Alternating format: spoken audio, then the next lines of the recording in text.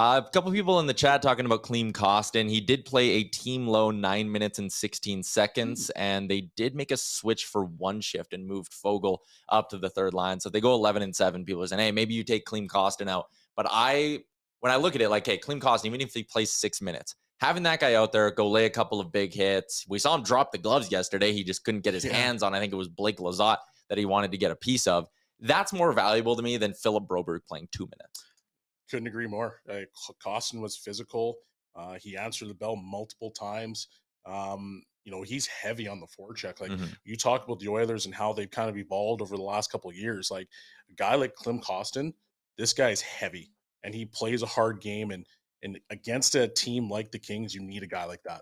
At Broberg, I wish the best of luck in your career moving forward, but you're going to be sitting out because I don't think you can pull anybody out of the lineup right now.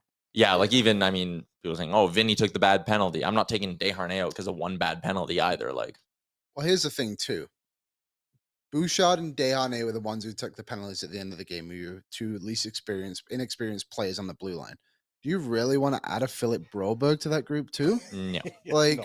There's no way. There will be a time in this series where Klim Kostin has to do something that'll be way more valuable than what Philip Broberg can bring to the lineup. Unfortunately, he's just not a specialist in anything, right? And that's not a shot at him. He's a very young defenseman with a promising career, but at least Klim can play that physical role. He can fight if he needs to. He's got a scoring touch. Like Broberg just isn't bringing that, unfortunately. Oh, this is a grinding series. Yes, it's a hard series, and you got to have guys that are able to be effective in that role. And Broberg, like let's just hypothetically say they get past LA. Well, who's sitting there next? Most likely, it's probably Vegas. Yeah. And so now that's maybe when you insert Broberg because that's a better matchup. It's more of a skating matchup. It's more of a skilled matchup.